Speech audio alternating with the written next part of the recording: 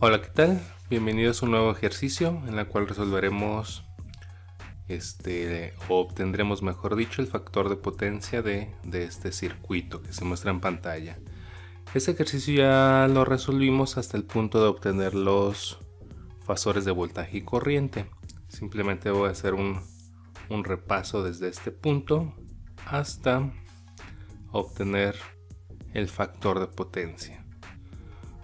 Bueno, para resolver un circuito y obtener el factor de potencia, resolverlo desde cero, desde tener los datos, tener el circuito y la función de la fuente alterna. Recordemos que es obtener los datos, calcular las reactancias en función de los componentes que tengamos disponibles. En este caso solamente tenemos una bobina, por lo tanto obtendremos la reactancia inductiva. Posteriormente calculamos las corrientes. Les recuerdo, este ejercicio ya lo resolvimos. Simplemente es un repaso para llegar hasta el factor de potencia. Una vez obtenidas las corrientes, para este circuito, corriente en la resistencia y la corriente en la bobina, pasamos a calcular la corriente total, tanto en su forma rectangular y en su forma polar. Las fórmulas aquí se muestran en pantalla. Una vez que tenemos la corriente total en su forma polar, vamos a calcular lo que es o mejor dicho, a graficar lo que son los fasores. Aquí se muestra la gráfica de fasores del voltaje y corriente. Vemos que tenemos una corriente retrasada, menos 78.69 grados. De antemano ya nos damos cuenta que este no es un circuito eficiente, va a haber pérdidas de potencia debido a que hay un desfasamiento entre el voltaje y la corriente. Pero vamos a ver qué tan deficiente es ese porcentaje que nos diga la eficiencia de dicho circuito. Entonces aquí es donde partimos para calcular el factor de potencia y obtener las potencias a través del triángulo de potencias. Muy bien, vamos a tomar como referencia los fasores de voltaje y corriente. Bueno, aquí ya estamos en el 2.8 factor de potencia. Y vamos a calcular las potencias activa, reactiva y aparente, así como el factor de potencia. Tenemos los fasores de voltaje y corriente. Recordemos que nuestro triángulo de potencias va a estar en función del ángulo de desfasamiento entre el voltaje y la corriente. Vamos a obtener los datos. Tenemos una corriente RMS de 7.21 amperes, mientras que un voltaje RMS de 14.14 volts y un ángulo de desfasamiento de 78.69. Mucho ojo, ya cuando hablamos del triángulo de potencias omitimos el signo. Si es positivo, si es negativo, no importa. Lo vamos a dejar como positivo. Aquí tengo el ángulo como valor absoluto. O sea, si es negativo, va a quedar positivo.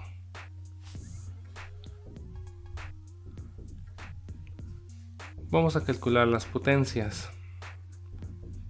Tenemos como apoyo este triángulo de potencias, donde viene la potencia aparente, la activa y la reactiva. La potencia activa es la potencia aprovechada por los componentes. La reactiva es la que se está desperdiciando o no se está aprovechando. Y la aparente es la sumatoria de ambas.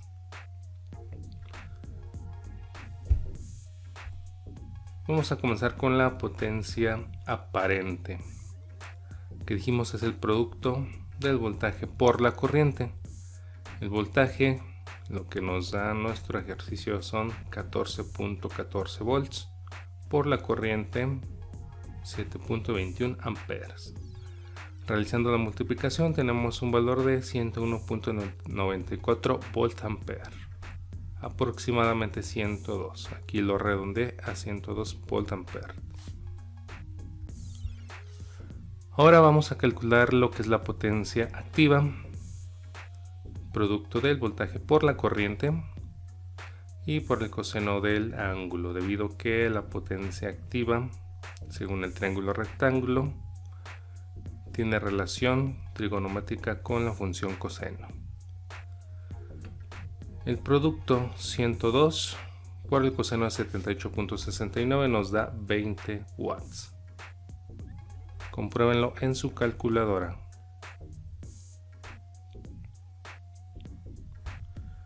Ahora vamos a calcular la potencia reactiva, el producto del voltaje por la corriente, pero ahora por la función trigonométrica seno del ángulo.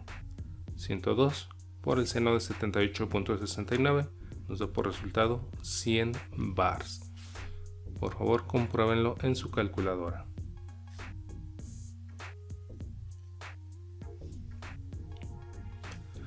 Teniendo estos valores, vamos a proceder a dibujar nuestro triángulo de potencias, la cual se encuentra de esta forma. Vemos que existe en la potencia reactiva un valor relativamente grande, y lo que nos está indicando es que tenemos un sistema deficiente, tenemos potencia que se está desperdiciando, no se está aprovechando adecuadamente, solamente se está aprovechando 20 watts de 102, que es lo que exige nuestro sistema.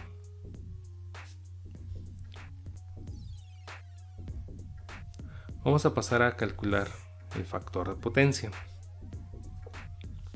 Ya hemos visto que hay dos formas, ya sea con el coseno del ángulo o la división de las dos potencias, lo que es la activa y la aparente. A través de la división tenemos que son 20 sobre 102 y da por resultado 0.196, mientras que a través de la función coseno nos da lo mismo, 0.196. Como conclusión podemos decir que, expresado en términos de porcentaje, el circuito tiene una eficiencia del 19.6%, y pues por supuesto que ese es un circuito deficiente, o es un sistema deficiente, y pues lo que buscamos es obtener un 100% en nuestros circuitos. Aquí lo que tenemos que hacer es corregir ese factor de potencia a través de conexión de componentes. Este circuito del ejemplo tiene una bobina. Para contrarrestar ese efecto de la bobina tendremos que conectarle capacitores. Este tema de corrección de factor de potencia lo veremos en la siguiente clase. Aquí lo podemos observar. Dentro del voltaje y la corriente, el desfasamiento de la corriente está retrasada, y esto es debido a la bobina que se encuentra en el circuito. Para que el fasor corriente disminuya el ángulo y se acerque a cero, que se encuentre en fase con el voltaje, como les comentaba, necesitamos que contrarrestar ese efecto poniendo capacitores.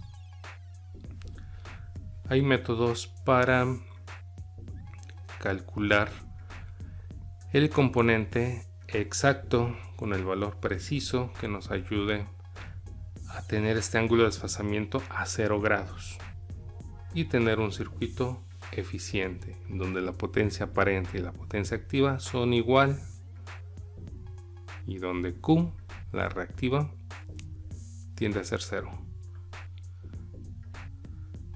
Bueno, hasta aquí finalizamos la clase, esperando que haya quedado claro este concepto del factor de potencia. La siguiente clase comenzaremos con la corrección del factor de potencia. Nos vemos hasta la siguiente clase.